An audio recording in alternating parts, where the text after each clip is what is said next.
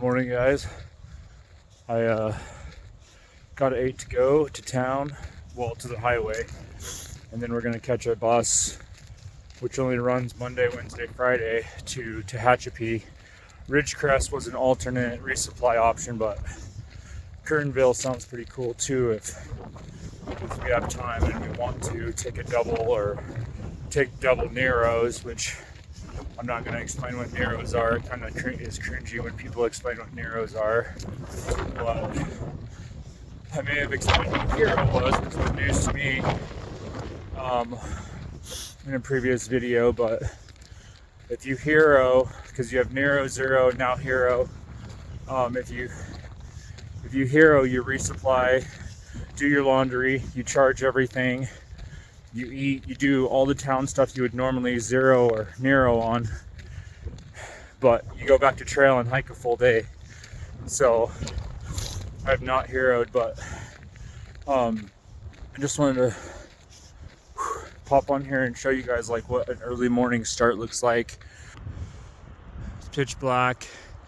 The moon is very full, but there's pretty heavy cloud cover. So as you can see, if I shut my headlamp off, you can totally see the trail. So most people just do that when it gets to this level of brightness. But really good trail. Basically since 50 miles ago, around mile 600 there was a lot of blowdowns, but this last 25 miles has been just super cruisy, just gorgeous. But yeah, that's pretty much it. Just wanted to show you what a 4:30 a.m. start looks like on the PCT. And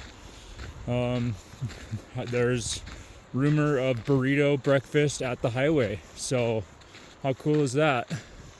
I'm out of food, 99%. I have 3 Idahoans that are basically inedible to me because I don't want to eat mashed potatoes for breakfast.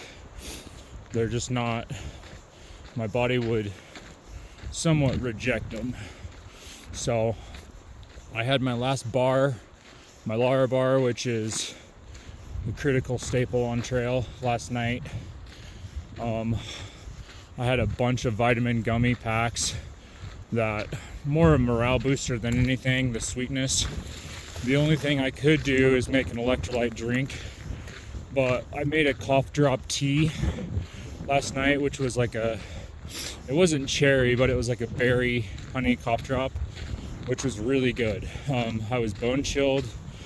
The wind chill up here it was blowing, gusting 30-40 miles an hour last night, which I set up camp under a massive dead tree, which is probably one of the dumbest things I've done yet on trail.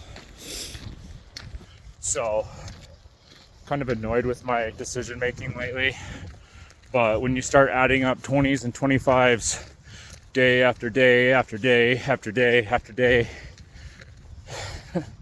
you're not going to be as sharp as you are when you're sitting at home in your chair. So health wise, I had a ping in my ankle yesterday for one of the first times on trail. I'm up to 7 ankle sprains, but I count half ankle sprains. So I was at 6 full, and then I had a half a sprain, and then I had another half a sprain. So I'm at 7 sprains basically. It went away. I have some arthritis medication that I took because I could feel it was nagging. It was not going away, and I felt like it was a flare. So now the pain moved into the arch of my right foot. So it's just the shoes, they're wearing out. I've got 500 miles on them, plus a couple training hikes. So, oh no, these ones were brand new pretty much the day I left. I might have had one training hike, which was like 10 miles on them. So I have some gel inserts that I put on the ball of both feet because I had really bad pain in that about a week ago. But yeah, I got my puffy on in like 3 layers just because it's so cold. We're getting up in elevation. We're gonna do 2,000 feet and 5 miles out of Lake Isabella resupply, which is only like a 3-day resupply. It's 50 miles to Kennedy Meadows, which is a full resupply. I have a box, bear can, ice axe, everything there waiting. But believe it or not, like, I wish I could get more of this documented.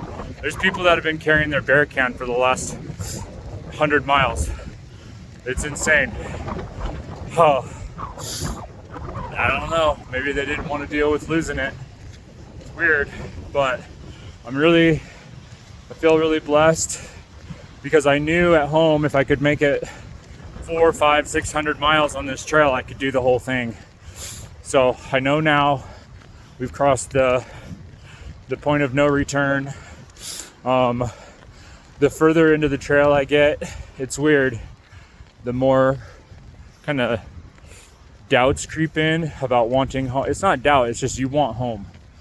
And you can't avoid that. But I just put myself in my chair at home and I just kind of like toss and turn, like, what should I do? And I'm just like, dude, I would way rather be here. I mean, I miss my family more than anything. I miss my cats. I mean, that's a given.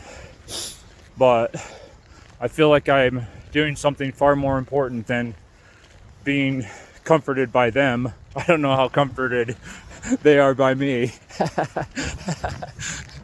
But I feel like doing this journey is far more beneficial to them.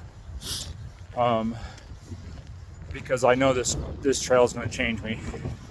So I wasn't necessarily who I wanted to be before I came out here.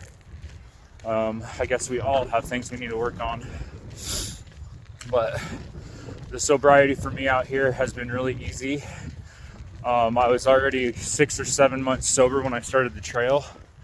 And so it's really weird. There's a sobriety trend as a nation.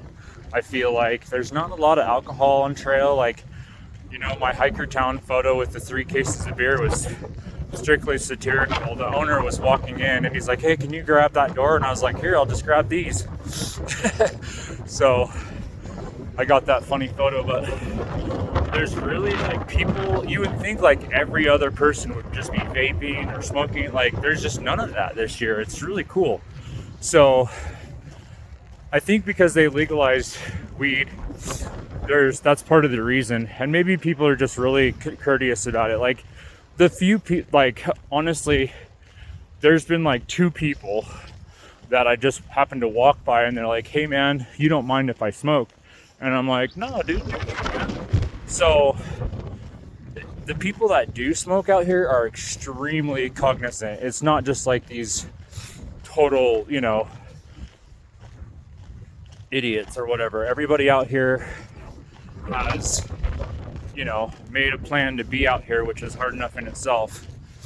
And yeah, it's just been really good. It's been nice that the pressure from, that's the hardest thing I thought I was going to have to face. I knew there was just going to be, you know, a ton of people cutting loose out here, but that's all pretty much over in the first couple weeks. Like, that's more just like week 1. So people find out really fast it's probably hard to resupply, you know, and maintain miles. I mean, there's a few people I see sneaking off trail for like a week at a time and then they just pop back up. And it's like, well, duh, you know?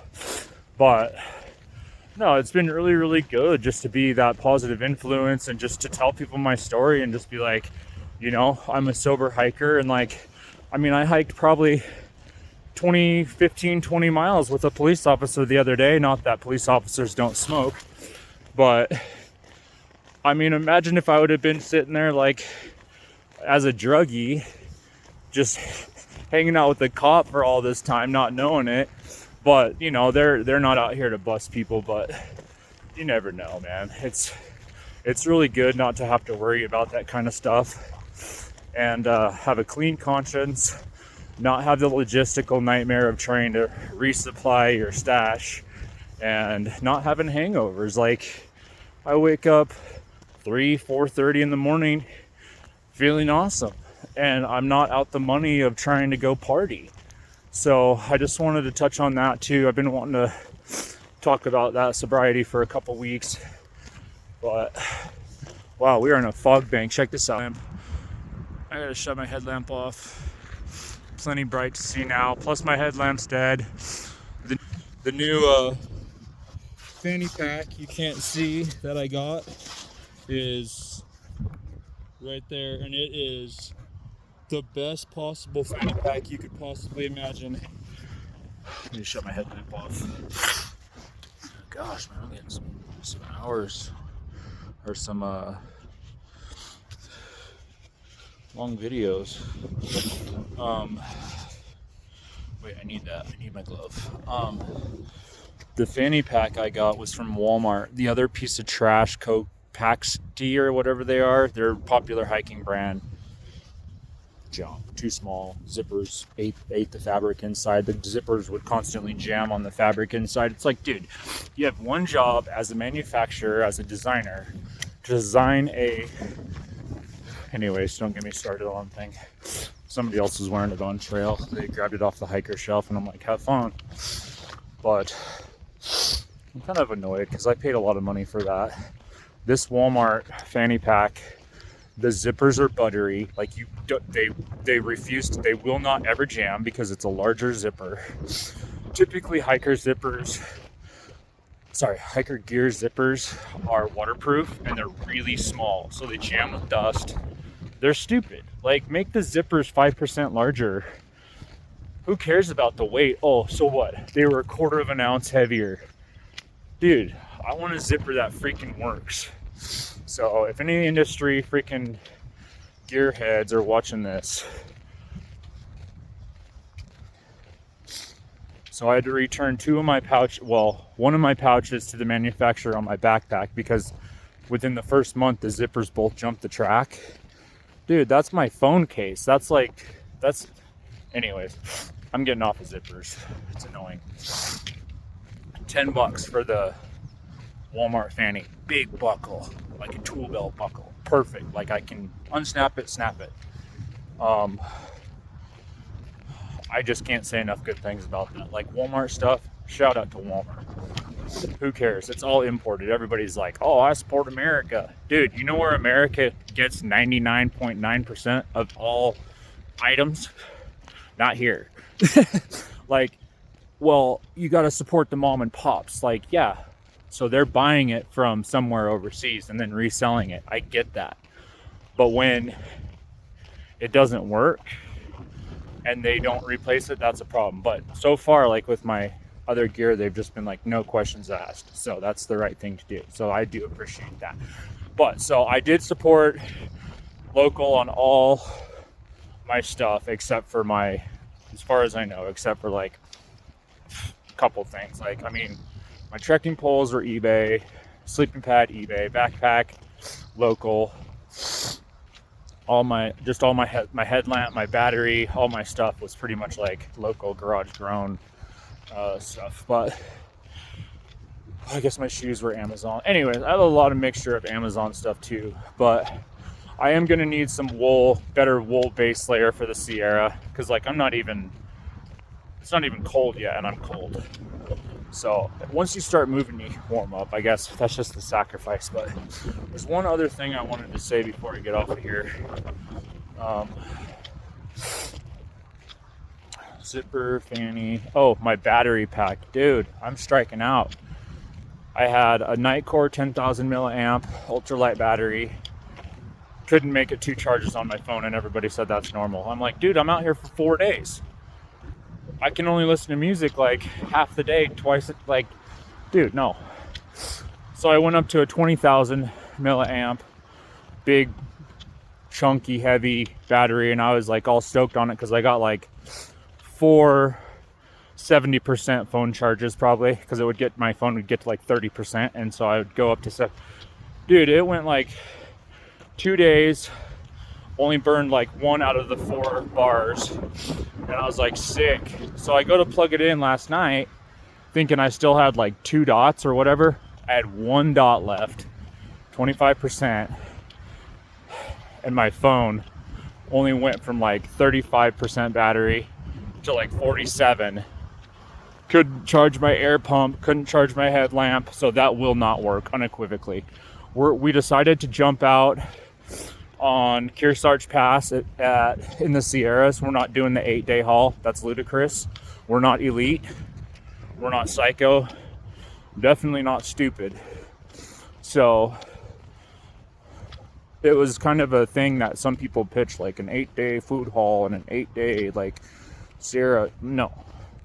We're getting out at Kearsarge. You can get out at Lone Pine, but we may need a ride from the bottom of Kearsarge to town because it's a 20-mile road walk, but it's at 9,000 feet, so the road's probably like snowmobile access only. We don't know. We're gonna ask around, but we're not trying to do 40 miles. It'd be nice if we could get 2 cars, if we can get a trail angel to like drop us off after we return like a rental car. But 40 miles, dude, that's 2 full days off trail just recent. But anyway, I'm not even going there. That's just annoying to think about. So the battery pack thing, fucking highly annoyed. It was pretty expensive. So I'm just gonna go. I hate to do it, but I'm definitely just gonna go to like the Mondo, the Anchor, like 30,000. That'll give me 4 full days. And yeah, I just have to limit my Bluetooth 3 on my earbuds. They're probably, I mean, people say they don't take that much power, but that's really the bulk of the power use, I think. And just checking my maps. So turning off navigation on my Far Out app is key. These are the kind of snags I'm dealing with. If you don't know what a snag is, it's a term that it's a dead tree, so it's like a wood cutting term. So that'll break off and kill you. I was camped below one of those last night and I didn't even care. I knew it was there, but I was just like, but those are laying all over the place. I mean, that's just what they do, and the trees rot off at the base from the beetles. Beetles and lightning is what the main cause of death of those trees are. There's just huge forests around here that like every other tree is just bright orange, just like dead. So they definitely have a beetle population that's just roasting all their trees. And then they're highly susceptible to forest fire because of all the dry grass, high wind. Like California is a mess ecologically. Maybe not a mess, maybe it's very just healthy and fire is part of the natural, you know. But when you get high wind, very dry conditions, you have what just happened in the Palisades. So I mean, it's not like a mismanagement thing. It's not like, I feel like this could be a whole nother video, but I grew up with a father that knew how to preach about forest management and fire, and I've watched a ton of documentaries on like, here's a good documentary if anybody wants to learn about fire. It's called like The Last Lookout or something like that. It's a documentary about the last active fire lookout in the nation, and it talks about how fires were suppressed for like the last 100 years, like so many years, by our municipal, just like our firefighters, which is good because they saved homes. But what happens when you suppress fire for that long after it wasn't suppressed and like naturally occurring fires just happened? It all started with a mega fire back in like the teens. It was like the largest fire in history, and it burned a bunch of stuff. But that's when they started doing these fire watches and, you know, cutting the fires down before they got huge. Well, that had a really negative impact in that, and you can, I mean, dude, you can see it, but who knows? They try to manage forest fires as best as possible with controlled burns, but there's all this big, huge, monstrous backcountry that, I mean, the manpower, the funding, like all that. So there's a lot that goes into forest management. But to say that fire isn't a good thing, or fire is not healthy, or fire is bad, which I've had to educate highly like educated masters, you know, doctorate people that have their doctorates, they have no idea that when I say a lot of these forest fires that are prescribed, that get away, you know, they know what they're doing. They have all the airplane, the heli support, the, you know, the smoke jumpers. They have all the support they need to manage these fires. They can print money on a printer and pay the firefighters. So they're managing it. So anyways, that's enough of that. I love you guys. It's broad daylight now. I can't wait for this breakfast burrito. It better be there. Love you guys.